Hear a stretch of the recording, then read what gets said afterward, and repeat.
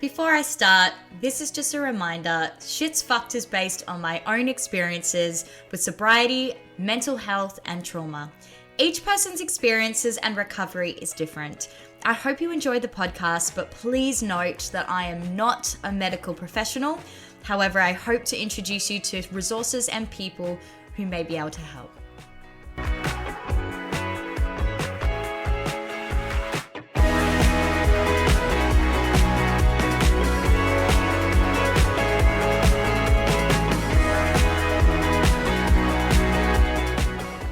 Welcome to Shit's Fucked. I'm your host, Paris, and we're here to talk about all the shit that is fucked, which is a lot of stuff.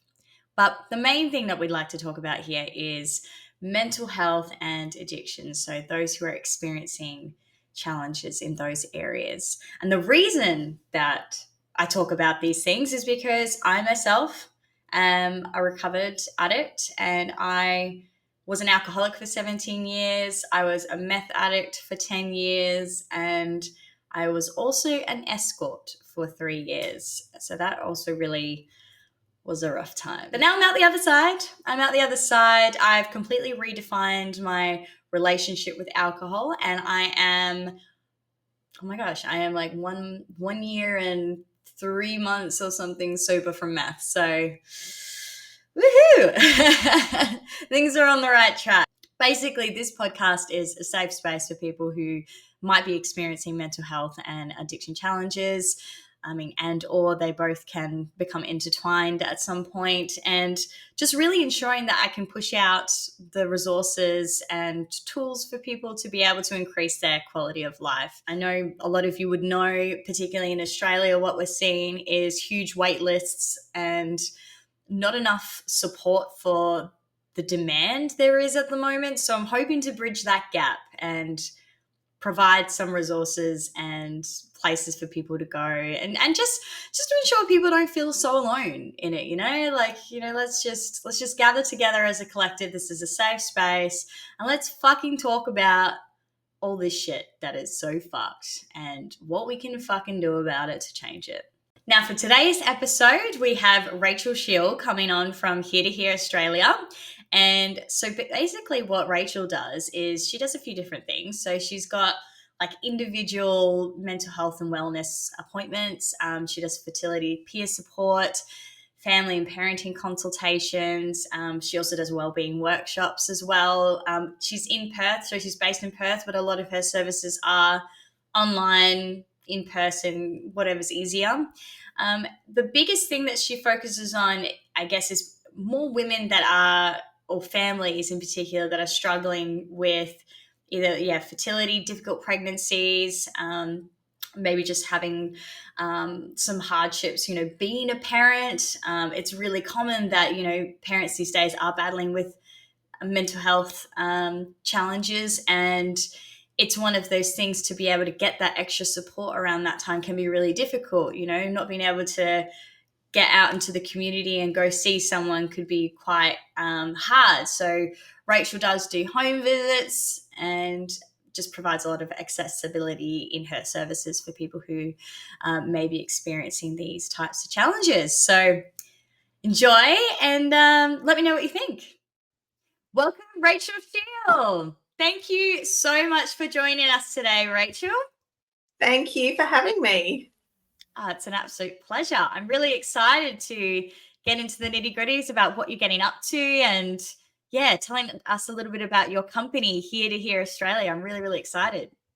I am too.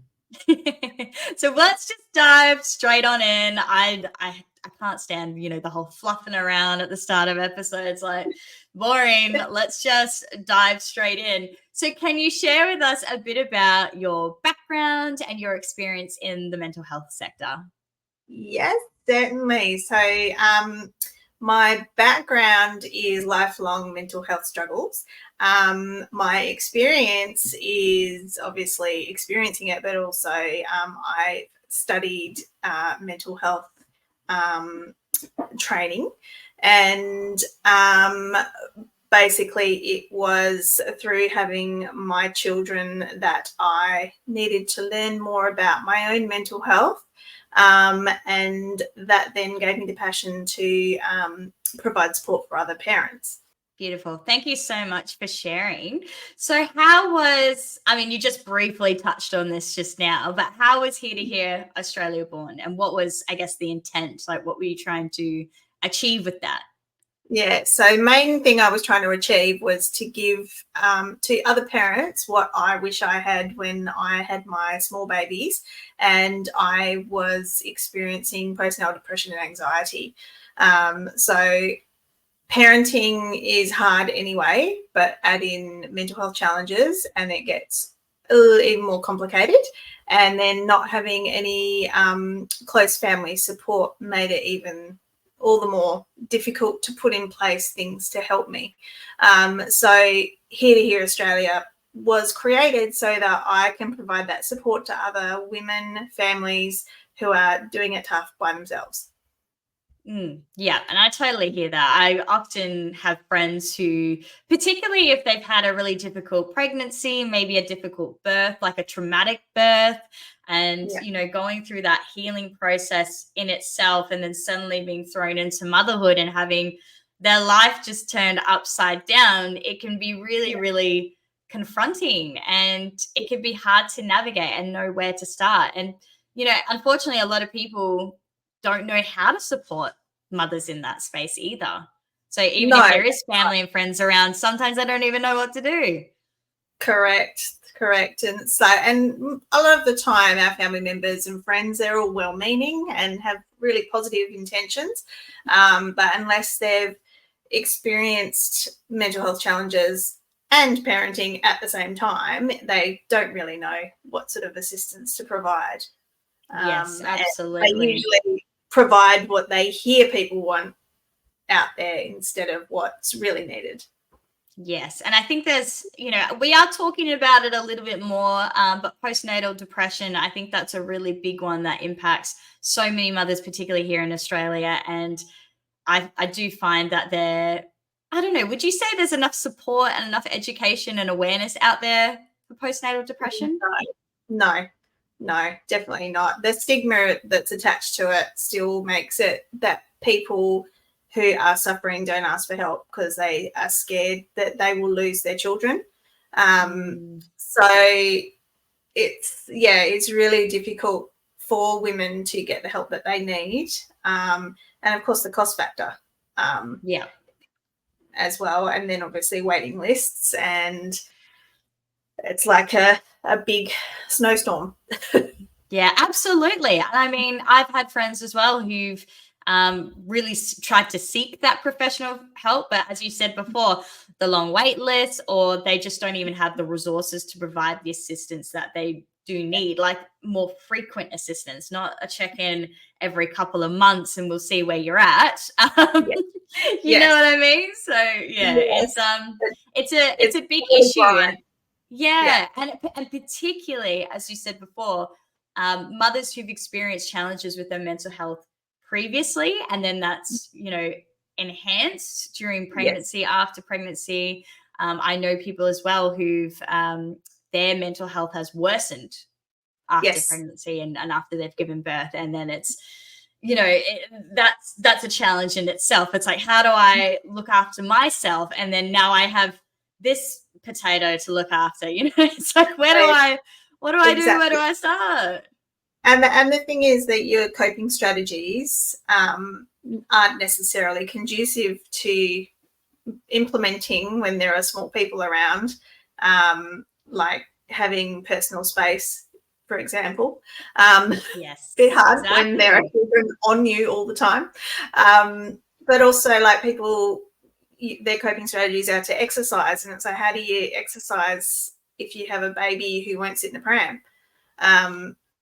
So there's lots of complicating factors where things that used to work just don't work anymore. And also it's like, that you know how to help yourself, you just can't get that into reality. Of course, yeah. I mean, you're particularly time poor. I think that's a really big one for a lot of mothers out there. Like even in my class, I'm currently studying a Cert 4 in alcohol and other drugs.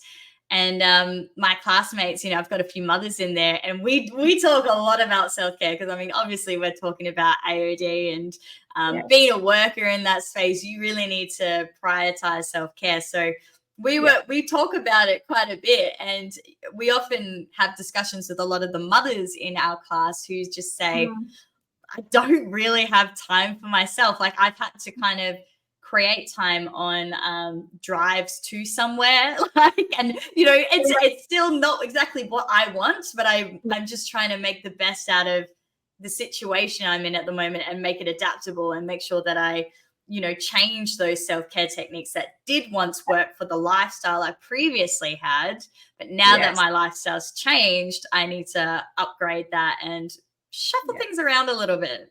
Exactly. I mean, that's a lot of the stuff I do with parents I work with, is talking about how things are different, and how to modify things into you can't have an all or nothing situation anymore. It's like, okay, what's the bit in the middle where you can put a little bit of help in and like build on it a little bit is better than nothing. And then, because we'd all love to run away for a 3-week holiday and have some R&R, but it's just not realistic. You just need to be there with the children. So and it's about looking at ways of being creative, of bringing a bit of your self-care into your daily life, and things that don't cost money, and things that obviously don't take you away from the children if you can't get care. It's just really challenging. Yeah, for sure. So would you say Here to Here Australia is a bridge between, I guess, the waiting periods between getting like professional help, or to have as an extra support on top of maybe a support system they might already have in place? Definitely. So I'm not about replacing the mental health support that's already there. I'm there to complement it, and to as you say, if you've called your regular psychologist or psychiatrist to ask for an appointment, and then you can't get in there for a month, usually by the time you're phoning, you are actually needing someone now. So I can come in and actually be with the person, have a debrief session with them if they need it, to be another adult in the house to back you up, etc. And look at other ways of sourcing support in the community as well. So for an example, like with parents who need to get out and have some social support, I can go with them to a new playgroup situation, which can often be quite scary to go on the first day. So if I go with them, and when they've met some people and they feel comfortable, they can sort of signal to me that it's like, okay, I'm all right now, you can leave. So but at least I can help get in the door, because I know particularly for me, that was one of the things that would have helped build my social support network, but I was just paralyzed by my anxiety and couldn't leave the house on my own with the kids. So that's why I've sort of developed that little bit of a support system for everyone. Which I think is amazing, because I was talking to someone earlier today who is coming on as a guest speaker, and I was telling them about your services, because I obviously was recording with you later today. And I was telling her about, this type of support. It's very handheld support, and it's quite immediate. And she was just blown away. She was like, I really struggled with postnatal depression after I had my baby. And she was like, that just sounds exactly like what I needed. And, this is just incredible that, there's even these types of services out there, and people need to know about it. So, I think it's incredible work, and people really, I guess, are not acknowledging the lack of resources at the moment for women. Oh, absolutely. It's basically the extreme ends of the spectrum are the ones that get catered for.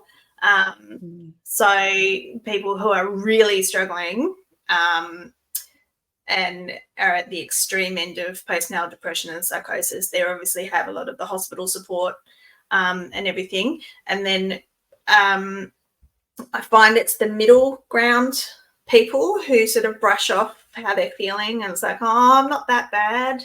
It's like, no. It's like, if they could just have some support in that I'm not so bad phase, it won't snowball into the extreme. Exactly. Catch them So, early. yeah, exactly. It's like there's a lot of prevention in my work. So yeah, absolutely. And that's the way that, you know, these resources need to be structured. We're too focused on, you know, when the damage has been done and, you know, people have hit rock bottom, where we should be in more preventative mode. And that's an issue I see across all sectors. So we really need to change that. Yeah, definitely. For sure. So you've mentioned to me previously that you tailor to people of all lifestyles and needs. So walk us through the process of someone engaging with your services and what you can provide to those struggling with their mental health. Okay, so basically my tailoring is that like I said before, a lot of the time people offer help to their friends and family, not really knowing what they need. And so the first question I ask my clients is, what is it that you actually need? Like, what will help you? Do you want more time with your baby or children, or would you like more time to do a few jobs around the house, or to actually have someone with you to support the children? So, for example, I know for me, I just wanted to be able to feel like I was achieving something, and to even just go and get my own milk would have been amazing, but had no one to leave the kids with. And so the scenario is that I could actually go in the car with the mum to get her own milk. I'll sit in the car with the children, and mum can run into the shops and actually feel like she's achieved something the day by getting her own milk. So that's like just a little broad one, but also at home, sometimes mum just wants someone to hold the baby so they can have a shower, or so that sort of support can come in, that they've employed me for a regular weekly pop-in for half an hour, or daily, or whatever scenario works for them. And even with families with FIFO partners, they can get me to come and help on the FIFO bit where their partners have gone away. Particularly, I know that night times are quite stressful. So just an extra pair of hands while it's bed, bath time, etc. So yeah, tailoring to people is really me engaging with somebody after they've contacted me and asking them what struggles they're actually experiencing and what help they feel like they need. And of course, sometimes people say they don't know, so I'll also go with them and say, these are the types of things I could do. Do any of those suit you? Yeah. Yeah, no, I love that. I love that you tailor it so well, because, you know, obviously everyone's needs are going to be different. There'll probably be some women who, do want to just spend time holding their baby, but there's shit that needs to be done around the house, you know? Yes, so exactly. is that something you do as well, like chores around the house? Yeah. Yeah, like to a small degree. Like, obviously, I'll come and if mum's just like, I wish I'm struggling today, the baby's screaming, I just got to cuddle them. But if I could just get the dishwasher loaded, I would feel like I'm not behind. And so, yeah, of course, I'll load a dishwasher for you. Or I'll put washing in the washing machine, or hang it on the line, or whatever. Because if it's just one thing that makes you feel like you get over the hump for that stressful moment, then absolutely I'll do that. Yeah, that's awesome. I find as well with people who might be struggling with mental health issues, it could be quite difficult, I guess, to maintain the house. Like, you know, when you're already in that spot of deep depression. You know, it's hard enough to look after yourself during that moment, but now you've got a child, so you don't really have time to even think about yourself or look after yourself. That's So it. yeah, I guess we just touched on that. I was about to go to my next question, is if you provide home care assistance. So yes, Yeah. I believe So you do. basically, what I do is obviously Here to Hear Australia is for current struggles and immediate help. So of course I will step in and help with that, but I can also help do the research to find if someone is like, if I could just get a cleaner monthly to take the pressure off, it's like, I don't know where to look. It's like, well, I can look for you and give you a list of names to call, and if you don't want to call them, I can call them. So to just give that little bit of a, as you said, a holding. It can literally be anything. So anything that someone needs in that moment, you're there and you're ready. And also, one of the big ones is like, if you're feeling really anxious, the thought of picking up the phone and making an appointment can be really overwhelming. So even I can help by phoning the GP and making the appointment for you and going with you to that appointment and say, look, this is what they want to say, that they're just not able to right now. So yeah, just like all those bare basics to help get on the road to recovery. Yeah, and I think that's amazing. That's so cool. Like, I wish there was more services like that. We do need more. We need more. We need more you. Absolutely. So you have a strong focus on parents, particularly struggling through, I know you've mentioned on your website, IVF, difficult pregnancies, neonatal unit trauma, and those who have no family support. So what do you currently have in place for struggling parents? I mean, we've again briefly touched on this, but I guess outlining some of those things that I've just mentioned then. Yeah. So obviously with the IVF side of things, I experienced IVF to conceive my first child. So I really am passionate about making sure that I'm there to provide support for families that are undergoing the treatment. There's a lot attached to it which can affect your mental health. So families can engage me to come and talk to them about what they're going to expect, but also how they're feeling about it all. And then also during the cycle treatment, so it's around 6 weeks worth, where it's a week before the person cycles and has to start self-injecting and everything. And then the 4 weeks of the actual cycle, and then a week after the results. So, and it's sort of like a peer support checking in situation. Difficult pregnancies. It is so debilitating when you have a difficult pregnancy. Everyone thinks that you're supposed to be glowing and looking amazing when you're pregnant. It's not always the case. And then also if you're having a difficult pregnancy and you have other children, finding resources to help you out with your family continuing on while you're not feeling the greatest. And then neonatal unit, definitely families need support when they've got a baby that's in neonatal unit. And so I can meet with the families again, discuss how their mental health is going, discuss logistics, and particularly if there's other children involved who are older, and all of those challenges that you can face when you have your little one in the hospital, and then obviously you have to be discharged yourself and they're not. And then obviously having no family support can be quite challenging, because they do say it takes a village to raise a family, and it's a bit tricky when you don't have one. So yeah, it's basically my business model comes from providing support for people when things don't quite go how they thought it was going to go.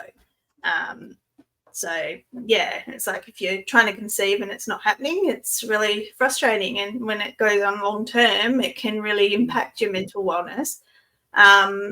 And then, if your pregnancy is not what you expected, that can raise feelings too. And then having your baby taken from you when they're born and put into a neonatal unit can also affect your mental health. And then going home, and then there's still the adjustment, because you're like, well, I should be feeling this, but I'm feeling this. And until you can process how that feels, you can't move through it. Exactly. Yeah. A lot Couldn't of have said it the time, better myself. yeah, and once you've had your baby, you're kind of in focus on the baby mode, not process your own mental wellness. So yeah, everything gets pushed to the side. I mean, I'm not even a mum, so I can't really talk from lived experience, but I've got a lot of friends who've got kids, and that's one of the things that they talk about the most, is when there has been big life happenings, which of course can happen at any time, usually the most inconvenient, that these things come up and they can't actually process how they're feeling, because I don't have time. I'm trying to focus on this child. And so I just do my best to be like an ear, but services like yourself, it's the perfect support system for them. Yeah, exactly. So I've been absolutely recommending you to everyone and anyone. Oh goodness. So in regards to your services, so I know you have that strong focus on parents, but if someone, say, was really just purely struggling with their mental health in general, can they access your services? Yes, they can. Yes. Obviously, I'm passionate about supporting the community in general. My expertise is in parenting, but I would always support someone who's struggling with their mental health. And if I can't provide that support myself, I would help them find somewhere that could. Yeah. So you also provide, I guess, referral assistance as well. Like if someone just doesn't know where to go, what they need to do, you can be like, hey, Absolutely. this is maybe some contacts you can call, or I can refer you to them. I can help I'd be you make that the call. first to say, I don't know that. I will find out for you. Yeah. Perfect. Okay. Yeah. Well, that's really, really good to know. So do you have any events coming up? Do you have any support groups or workshops? Tell us a little bit about that. Yes. So I'm regularly in the community doing, I run a stress parents support group, which is usually at a child-friendly cafe.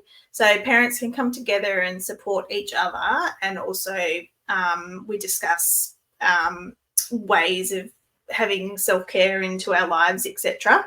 And then I've also got where I meet up with a colleague of mine and we run Around the Table, which is a mental health focused conversation. It's very informal. We do that in Alkimos at the Sprout Hub. And that one recently we did, and that was a really good conversation. Last Friday we were talking about how people support themselves when they've recognised that they're feeling blue. It was a really enriching conversation that we had, and lots of people going over the ideas that they have and inspiring other people to use different ways, etc. So that's the Stress Parents Support Group, the Around the Table. And with Stress Parents, I've opened it up to multiple locations around Perth so that we can try and make it accessible for a lot more people. So I've got about 4 cafes I'm going to that go between Alkimos and City Beach. And so Eventbrite is where you can find where they are. And I think that's all I've got at the moment. Awesome. No worries. And do you have those on your website as well? Or is it just, okay, cool. Because I'll provide our listeners with all your contact details and your website so people can just jump on there and have a look at what you've got going on. Fantastic. Yeah. Eventbrite's where I post most of the things that are coming up, but they all get shared on my socials and on the website. And I actually have another question for you that I'm throwing in here. So in regards to the support groups, like I love that you're really getting out there in the community. You're trying to branch out to a few different locations. So it sounds like it's very north of the river at the moment here in Perth, Australia, Western Australia. If I didn't mention that before, that's where we are. What about, would you consider doing any type of like online support groups? Would you turn these into hybrid support groups just for those parents who can't physically get there? Yeah, definitely. I'm with Stressed Parent Support Group. I've created a private Facebook page for people who attend the groups to join on. And of course, if there's someone who can't make it along, they can let me know and I can let them join that behind the scenes. And it's somewhere to post ideas and just conversations between the parents. That's relatively new, so it's just taking off. And of course, I do online appointments with people as well, which can be helpful, particularly if they have trouble with babysitters. And of course, with FIFO families, there may be someone that's flown off to site and they need to touch base and talk to somebody. So yeah, definitely online is something that I'm always looking at and trying to work out the hows and the why-fors to get it working. Yeah, I mean, online is tricky tech-wise, but I think it's always really important to have those hybrid models because, you know, there's some people who might not be tech savvy who would prefer the in-person, but then there's other people who might be tech savvy, but, you know, just can't attend in person, you know, that life circumstances, or it's difficult for them to leave the house. Maybe they're struggling with their mental health, you know, and things are very overwhelming. And even though they need the support, they can't get there. Absolutely, definitely. And that's exactly what my model's all about, is to provide support in a way that people need. Yeah, and that's what I love. That's what I love, that it's a tailored experience as well. It's not just, this is how it is, you got to show up to get the support, you know, like some government bloody resources. Yes. No shade, some shade. Sorry, not sorry. But, you know, we need it to be more accessible. And I think that's the biggest issue that we have here in Australia in particular. A lot of the resources, you know, they don't have these hybrid options and it's very limited. Definitely. Absolutely. And yeah, so most of my mental health support for people is in the community. I can meet people at a playground so their kids can play while we have a chat sitting on the side of the sandpit. I can also meet people at coffee shops, or I come to their houses so that they can put the baby down for sleep and then we can have a chat. So yeah, lots of options. Yeah, which is awesome. So what is your pricing for your either families or like individual support services? Yeah, so there's a 30-minute appointment, which is a great one to have if you just want to have a try and see if it's for you. That one is $30, and then the hour appointment is $50. So I'm trying really hard to keep costs down because I'm really aware that cost can be a barrier for everybody in the community, particularly as the cost of living is so hard at the moment. So yeah, that's where it is. And then with packages and support that way, that always can get discussed with the client and what they can do. Yeah, perfect. And those support groups as well that you've got coming up, that's all free to attend as well, isn't it? Free. Yep, totally free. Yeah. Cool. So and no one should be alone.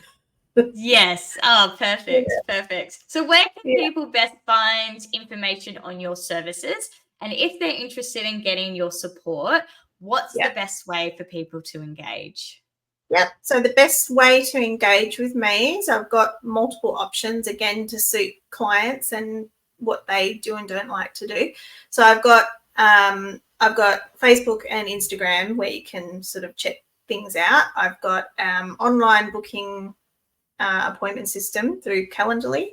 And that's all accessible through my website, which I know Paris will put on. I will provide, don't worry. Yep.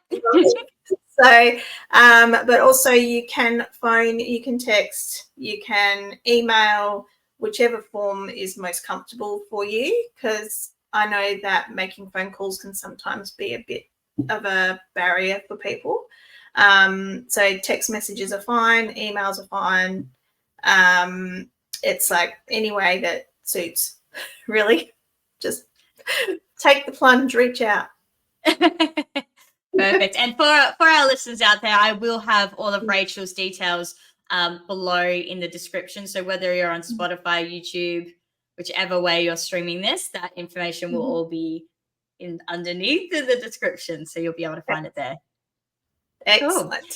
Well, thank you so much for coming on today, Rachel. I really, really appreciate it. And I think it's fucking awesome what you're getting up to. Like, I think it's just such a necessity. There are so many women out there that really need the support. And yeah, I just think it's cool beans. Thank you so much. I really appreciate you taking time to interview me, because, parents out there who are without family support, there is hope for them that they can feel like themselves again. And it's just to reach out and ask for help and just see how amazing it can be. Yeah, you're not alone. You're not alone. Not alone at all. Not alone. All right, well, thank you so much, Rachel, and I'll speak to you soon. Thanks, Paris. Bye. See you.